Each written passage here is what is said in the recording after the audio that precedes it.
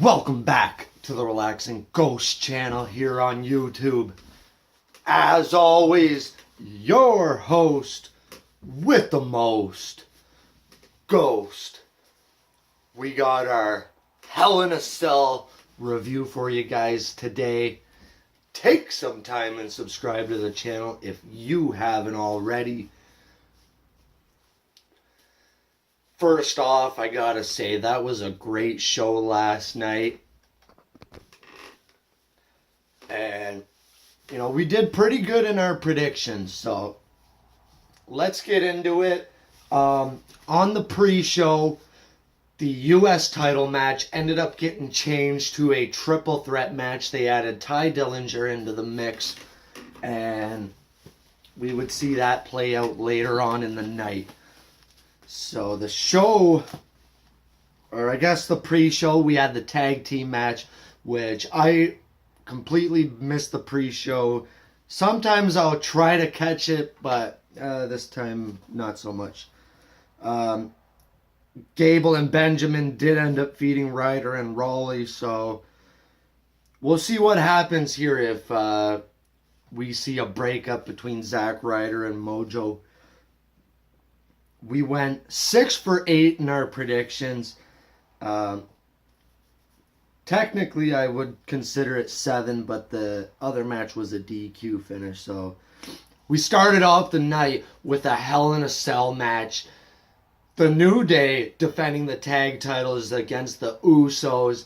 And this was a great way to start the show off and, kind of sandwich the show together with 2 Hell in a Cell matches. And man, this was a great match.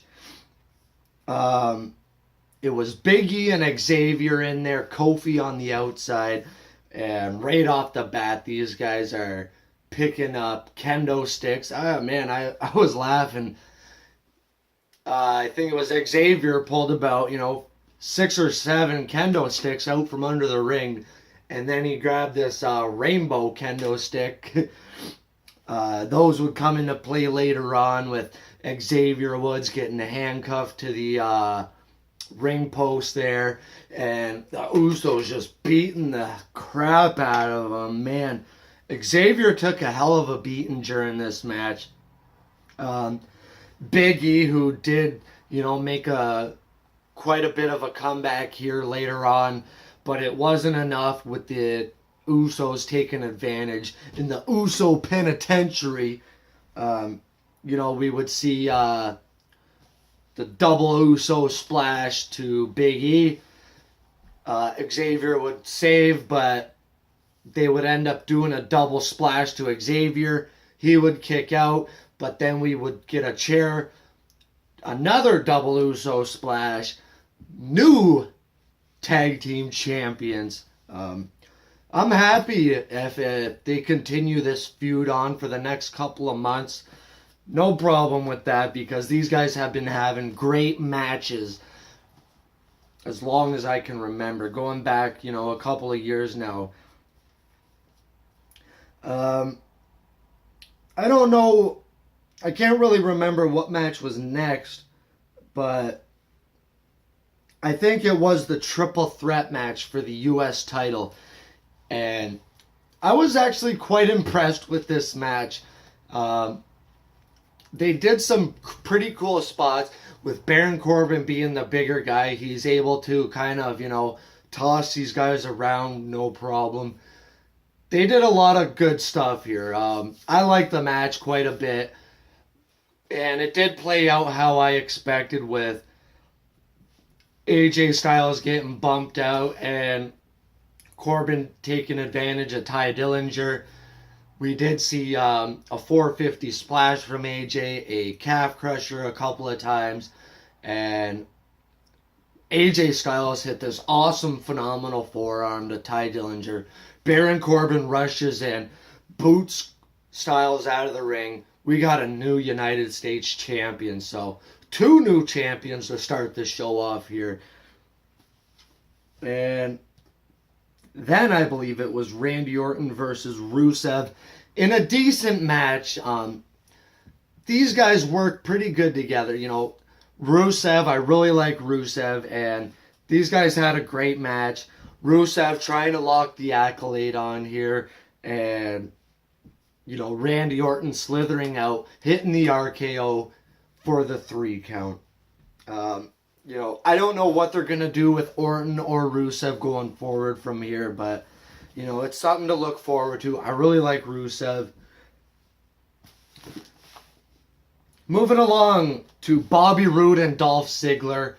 You know, Dolph Ziggler had been doing these parodies of entrances for the past couple of weeks. Dolph Ziggler comes out, his music starts, and then they, you know, cut it off. They cut the Tron off, and Dolph Ziggler just comes out to silence and boos. Again, a pretty decent match. This was a pretty quick match, too.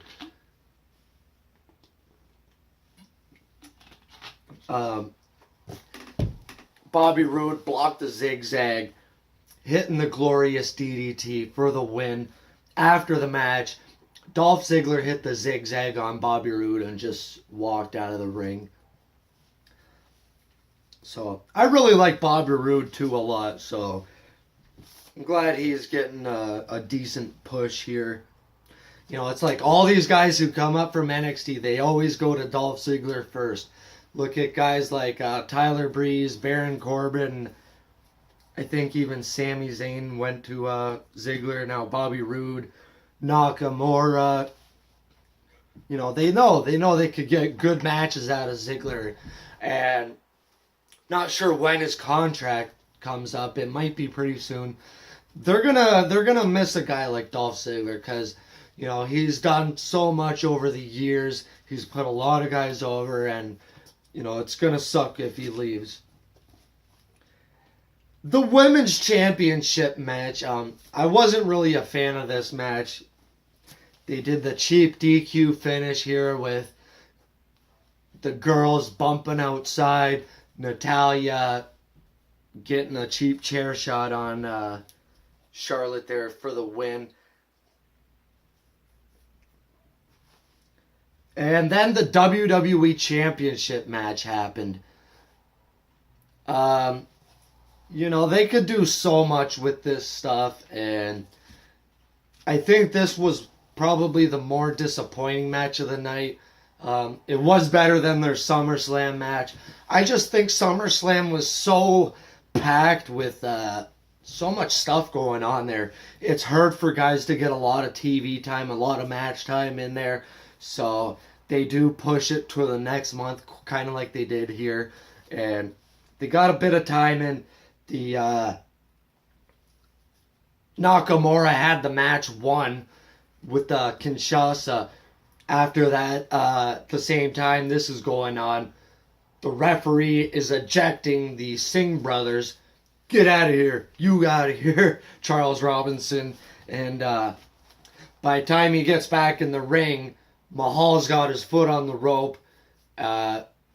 Tries to go for it again. We hit the Colossus for the win. So Jinder Mahal retains. I did expect this, but, you know, this is another thing. Like, Nakamura, I definitely think he should be, you know, winning the IC title or the US title somewhere along the line. I am quite surprised he has been in the main events to start this.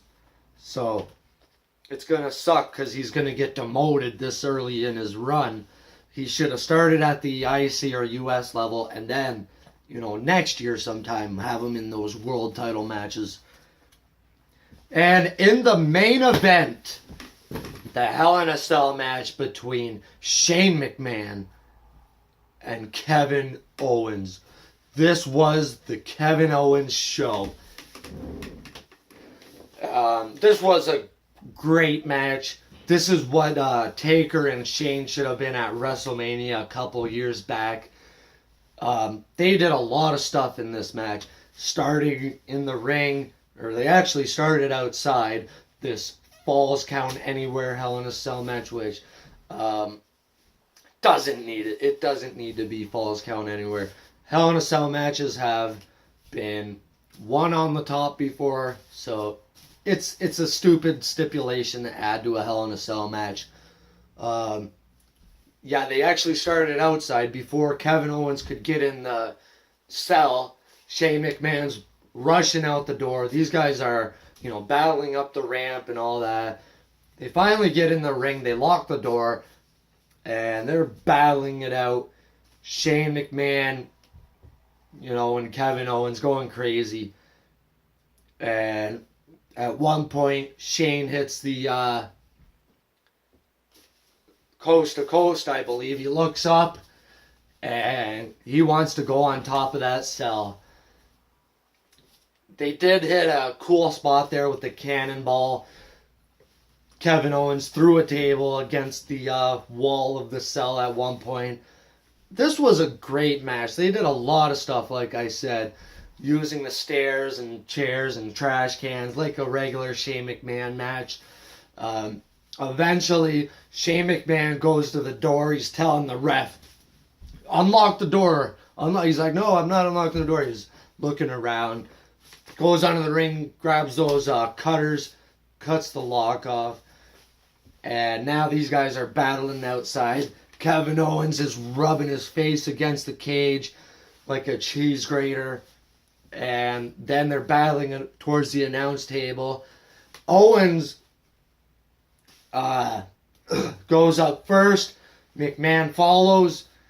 And they tease a spot where Owens was going to jump off of him onto the table, but he kind of wussed out there. So Shane McMahon climbs up, and right away these guys start throwing rights and lefts, beating the hell out of each other. They did a few moves on top of the cell, but then Kevin Owens cowered away, and Shane McMahon was like stomping his feet, stomping his hands, and knocked Kevin Owens through one of the announce tables. So Shane climbs down now, beats the hell out of Kevin Owens some more, puts him on another announce table, and he's going back up. And this is how the Undertaker and Shane match should have ended. But Shane McMahon jumps off the cell for the second time in a couple of years. And right while he's on his way down, Sami Zayn pulls Kevin Owens off the table. Shane McMahon crashes and burns. The doctors and paramedics and referees, they're all going crazy. They're trying to get to Shane, see what's going on, if he's all right. Sami Zayn pushes everyone out of the way, tosses Owens on McMahon. 1, 2, 3. Kevin Owens wins the match. Great match. I really like the match. Like I said, the Undertaker and Shane match was very disappointing compared to what this was. And, this pay-per-view gets a big thumbs up from me. I really enjoyed it, like I said a couple times now. What's next for Sami Zayn? Are him and Kevin Owens going to team up? The reason I think he did this is that, Kevin Owens is like his best friend. He don't want his best friend to get seriously hurt. And, I think the other reason is, everyone's against Shane McMahon. So he saved his friend from getting seriously hurt. Shane's now going to be maybe having a match against Sami Zayn. Who knows? Let me know your guys' thoughts on Hell in a Cell. Comment down below. What should Sami Zayn be doing in the next couple months? Take some time and subscribe to the channel, guys. We'll talk to you later. Peace!